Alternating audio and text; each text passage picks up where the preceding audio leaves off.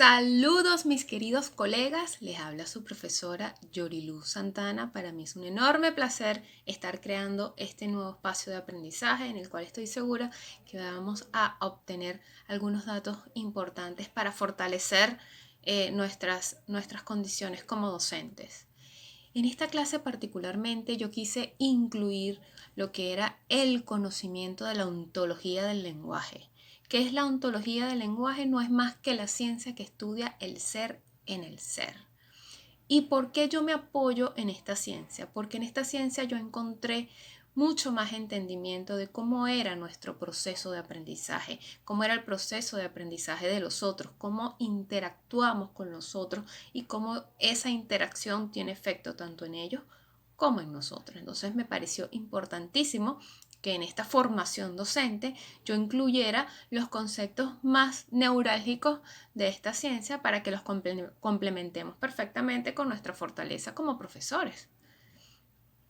Veamos esta reflexión. Aprender a aprender es la madre de todas las competencias, pues no conduce a todas las demás. Rafael Echeverría. Y es precisamente este autor, Rafael Echeverría, el que crea una serie de aportes a la ontología del lenguaje y que vamos a estar estudiando aquí básicamente. Nosotros ya vimos todo lo que era el sistema de comunicación integral del orador. Sin embargo, si nosotros lleváramos todo ese sistema integral del orador y lo complementáramos además con la profundidad de lo que decimos, el por qué lo decimos, el por qué lo trabajamos. Cada una de esas dimensiones, ¿se acuerdan? Cuerpo, lenguaje, emoción y todo comienza en la mente. Cada una de esas dimensiones la llevaríamos a niveles mucho más profundos de estudio. Y me parece eso perfecto porque nos estamos formando como docentes, como profesores.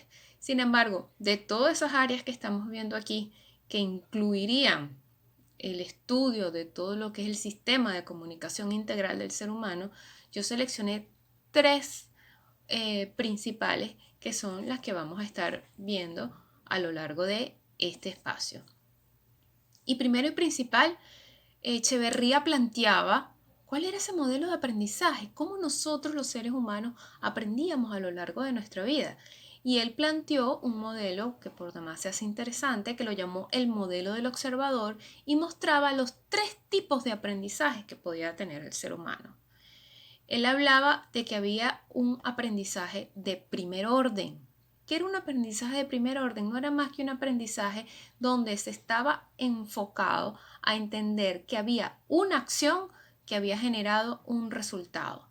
Entonces, finalmente entendía que el resultado era tal producto de una acción que yo había realizado. Entonces, en ese momento, el observador era capaz de modificar la acción que estaba generando ese resultado. Eso es importantísimo, por supuesto que es importantísimo de entender.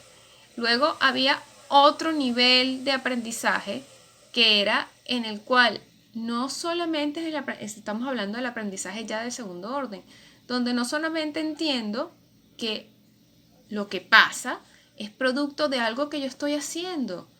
Entonces voy a modificar lo que yo estoy haciendo para obtener un resultado diferente, ¿no? Sino que ya en el aprendizaje de segundo orden me miro yo también como productor de esa acción. Es decir, ¿por qué yo he tenido que realizar esta acción que me ha producido un resultado tan negativo para mí? Entonces, un ejemplo claro, muchas veces las mujeres nos decimos, es que todos los hombres son iguales, es que me toca el mismo tipo de relación siempre.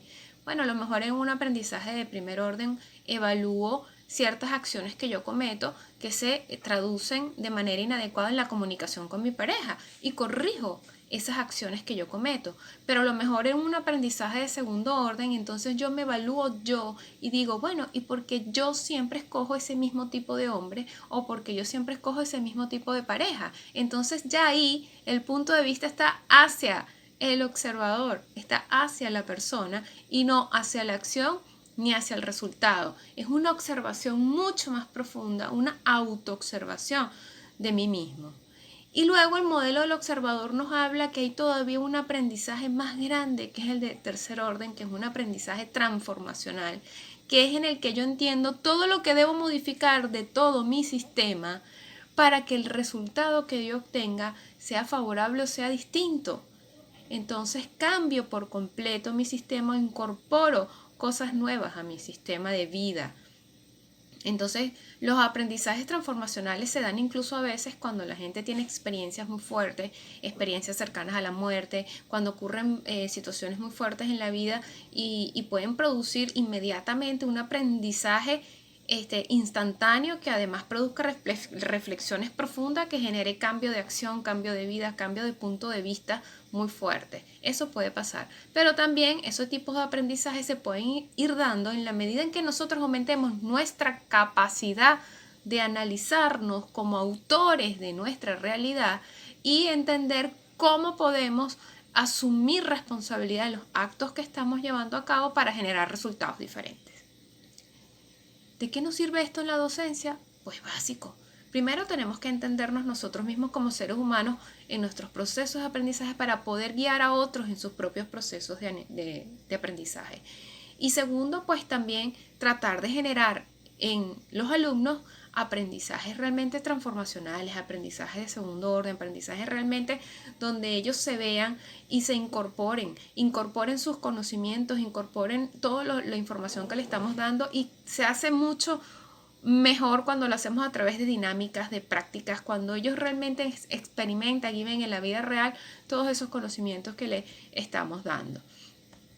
Entonces, les recomiendo que vean el video de Rafael Echeverría, donde él en una conferencia explica magistralmente todo este tema del sistema de comunicador del observador, por supuesto, del modelo del observador, por supuesto con una complejidad mayor y con un lenguaje pues mucho más nutrido del que pues yo de manera sencilla les he expresado aquí. Entonces, concretando, cada aprendizaje de segundo orden o aprendizaje transformacional trae en sí las siguientes preguntas. Primero, ¿qué debo percibir yo de manera distinta de esto que me está pasando para obtener un resultado diferente? ¿Cuáles variables debo observar yo para obtener una perspectiva diferente de esto que me ocurre? ¿Y qué debo cambiar en mí para que esto que me está sucediendo tenga un resultado diferente?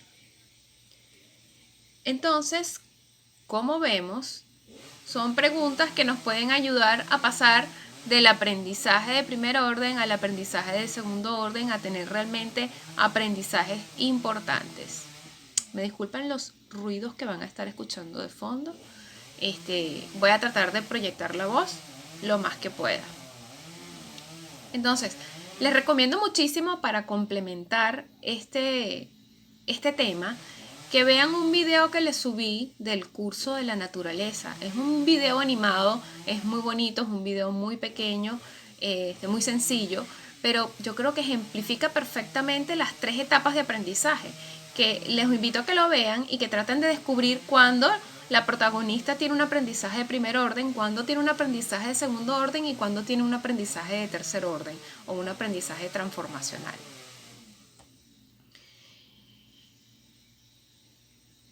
Tipos de enfoque. Entonces llegamos al segundo tema y los invito a estudiar las siguientes imágenes.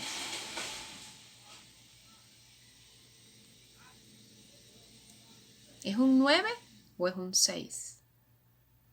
¿Qué ven ustedes ahí? ¿Un 9 o un 6? Igualmente, ¿qué ven ustedes aquí? ¿Un 4 o un 3? ¿Son 4 barras o son 3 barras? La realidad de esto es que tanto ciertamente la persona que está viendo un 6 tiene razón, es un 6, Como la persona que está viendo un 9 también tiene razón, es un 9. Con la persona que dice que son 4 barras, está usando su punto de vista y desde su punto de vista es verdad, son 4 barras. Y la persona que dice que son 3 barras, es verdad, son 3 barras. ¿Por qué? Porque lo que estamos viendo son puntos de vista diferentes sobre una misma verdad. Y cuando nosotros entendemos que no hay una verdad única, sino interpretaciones varias de la misma verdad, nosotros entonces somos capaces de reconocer al otro como legítimo otro y somos capaces de respetar la opinión del otro sin sentir que la opinión del otro cambia de alguna manera la nuestra o influye en la nuestra, sino simplemente son perspectivas diferentes.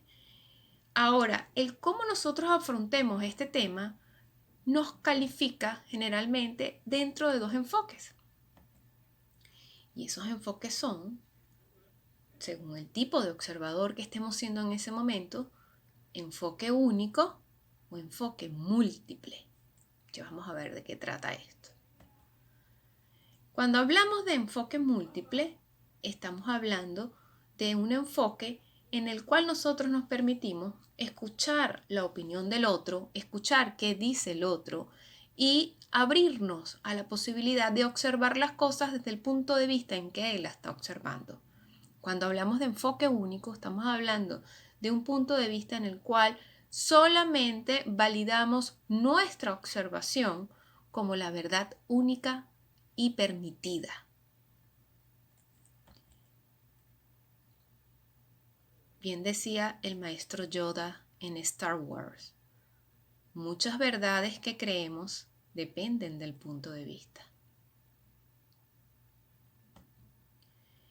Entonces, ese enfoque único donde solamente vemos lo que nosotros queremos ver parte de varios supuestos.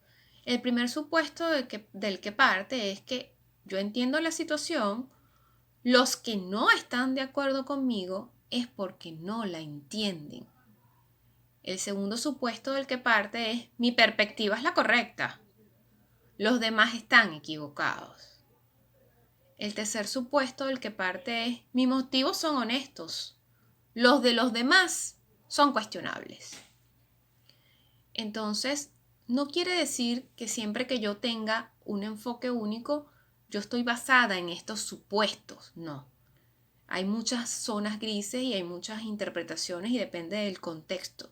Pero el enfoque como tal está descrito bajo estos supuestos.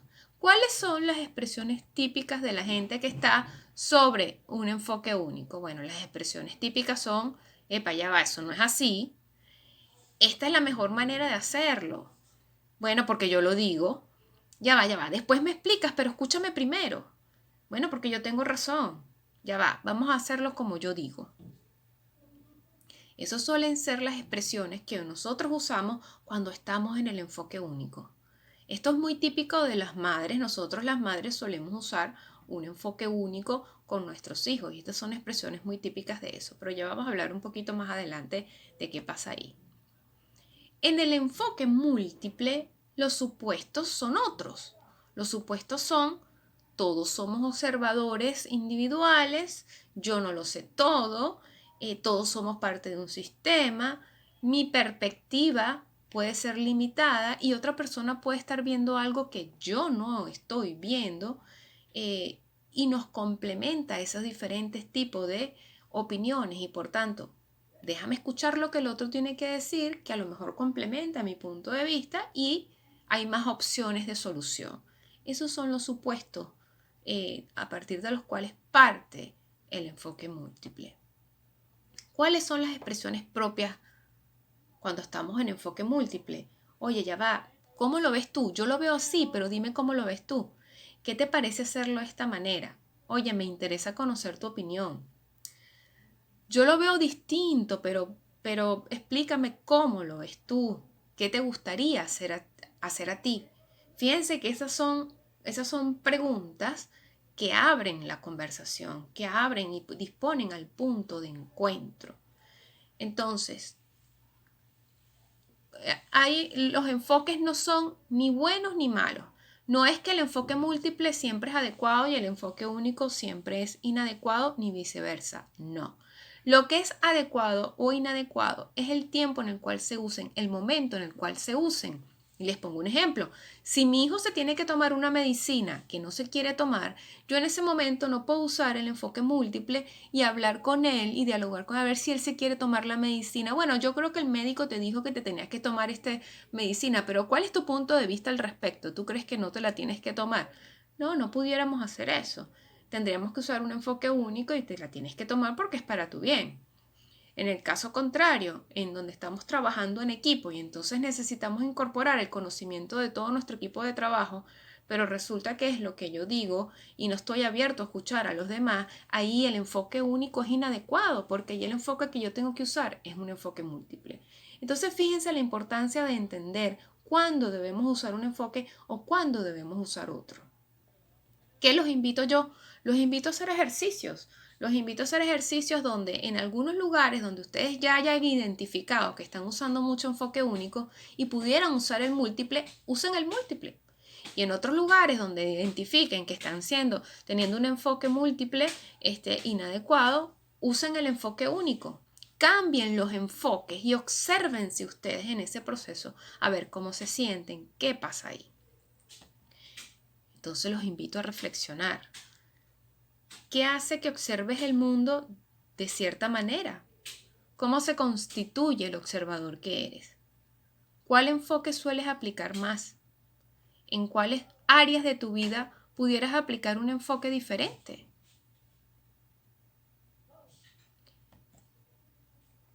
Y así llegamos a el tercer tema que vamos a tocar en este espacio, que es la escucha activa. Importantísimo, importantísimo la escucha activa como profesores, como seres humanos, en nuestras relaciones, como pareja, como profesionales.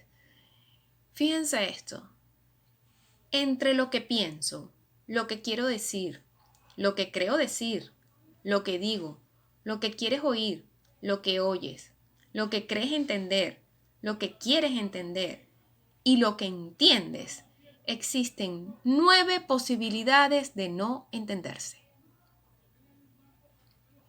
Entonces fíjense, desde que yo me comunico hasta que el otro me escucha, todos los filtros que hay y todos los obstáculos que hay para que nos podamos entender. ¿Por qué? Porque el arte de escuchar es el arte de percibir un sonido, incluso entendiendo e interpretando los silencios, interpretar todo, la lingüística y la paralingüística, para entonces entender y realmente aplicar la escucha. No es solamente el acto único de escuchar, es el acto de percibir emociones, es el acto de interpretar los silencios, lo que nos da la escucha. Hay 6 errores principales de la escucha activa. De todas maneras, yo les voy a poner un video también que va a complementarse en el Classroom, que habla de los errores de la escucha. También los invito a que lo vean. Pero aquí traigo 6 que son bastante obvios. 1, no prestar atención al tono de la gente cuando habla. ¿Por qué? Porque eso me dice la emoción con la cual la persona me está hablando y es importante. La segunda, meterse en la conversación uniendo lo que dice el interlocutor con algo que me pasó a mí. Entonces la persona está diciendo, oye, a mí me pasó esto, y tú dices, no, sí, y a mí me pasó algo peor todavía, e interrumpes la historia del otro y empiezas a hablar tú, y entonces pasa a ser más importante tu historia que la historia del otro. Eso es un error, porque debemos esperar que la otra persona termine para nosotros hablar. La tercera, adoptar posturas incorrectas. Ya lo vamos a ver en el lenguaje del cuerpo. La cuarta, distraernos con elementos del entorno. La quinta, realizar respuestas cortas o cortantes. Ese tipo de respuesta, ajá, ok, bueno, está bien. Que de repente si la persona está dándote una conversación fluida y bastante amplia, y que tú le respondas, bueno, ok, está bien, así tan simple, es cortante. Y finalmente, cambiar bruscamente el tema. Oye, si la persona está muy interesada hablándote de un tema y te está hablando de cualquier cosa y tú de repente sales hablando de otra, eso es un error en la escucha activa. Importante recordar, Nuestro mayor problema es que escuchamos para contestar y no escuchamos para comprender. Entonces, dentro de los diferentes tipos de escucha que existen, está la escucha ignorada, donde yo definitivamente escojo conscientemente no escucharte y te lo digo. Yo ahorita no quiero hablar contigo, no te quiero escuchar. Eso es una escucha ignorada. La escucha fingida, que es donde yo finjo que te estoy escuchando, ok, que es la escucha que muchas veces vemos en los salones de clase, la escucha de los muchachos en el salón de clase, sí, claro, sí, pero realmente no nos están escuchando. La escucha selectiva, que es mucho lo que aplican nuestros hijos, que solamente escucho lo que me interesa escuchar, pero lo demás no. Esa es una escucha que podemos usar a nuestro favor en el aula. Por ejemplo, hay disparadores de la escucha selectiva. Cuando decimos, esto va para el examen, eso es un disparador de la escucha selectiva. Entonces, esto va para el examen, esto es importante que lo anoten, este autor es para el trabajo, este libro es referencia de cátedra, esto lo voy a preguntar. Esos son disparadores y eso también es una estrategia que se usa en la docencia para esto. Entonces, la escucha selectiva y la escucha activa, que es efectivamente cuando nosotros estamos escuchando en intención, con la intención de escuchar. ¿Y cómo llegamos a la escucha activa? A la escucha activa llegamos a través de 3 áreas, de 3 elementos, ¿ok? El primer elemento, el lenguaje corporal. Importantísimo que nuestro lenguaje corporal le diga a la otra persona que nos interesa lo que está diciendo, que sí lo estamos escuchando. Para ello nuestro cuerpo debe estar erguido, no debemos tener ningún elemento en las manos que nos distraiga, como un celular o algo que nos distraiga la atención del otro, sino que nuestro cuerpo le dice al otro, te estoy escuchando y me interesa lo que estás diciendo.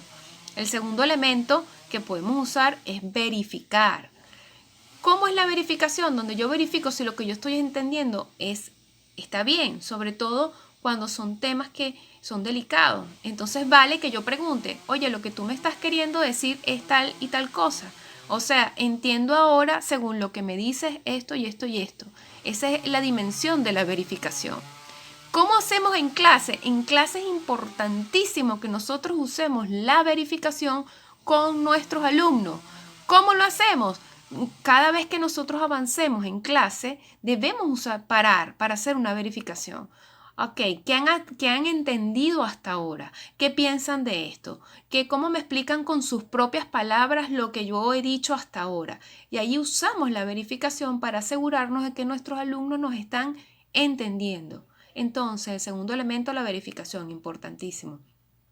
Y el tercer elemento, no menos importante, la empatía, que es hacer empatía con aquello que nos está diciendo nuestro alumno, la otra persona, en la cual nosotros entendemos el sentimiento que hay detrás de lo que nos expresa, donde tratamos también de entender los sentimientos que tiene la persona detrás de lo que está expresando, incluso según el nivel de confianza y el nivel de conversación, yo pudiera decir cómo te sientes al respecto, cómo te hace sentir eso, y eso le da idea a la otra persona que realmente estoy interesada por sus sentimientos. Entonces, ¿ustedes quieren realmente aplicar una escucha activa? Usen esas 3 dimensiones.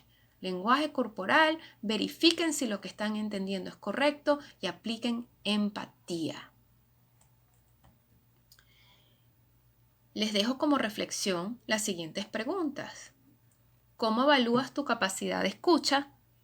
¿A quiénes te cuesta escuchar? ¿Por qué no los escuchas?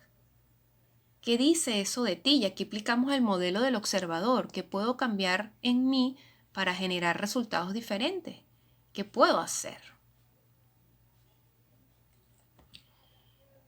Entonces, finalmente, vimos todo el sistema integral de comunicación. Ya vimos todo lo que era la parte de la oratoria, del lenguaje, de la lingüística, de la paralingüística, y ahora también hoy nos adentramos un poco más con toda esta clase ontológica de no solamente en lo que decimos, cómo lo decimos, sino por qué lo decimos, cómo podemos influir un poco más en nuestras conversaciones en los otros, y creo que complementa muy bien todos los temas que hasta ahora hemos llevado. Soy la profesora Yorilu Santana, estoy encantada de haber compartido con ustedes estos nuevos temas y como siempre le digo a mis alumnos, me encuentro a un mensaje de distancia.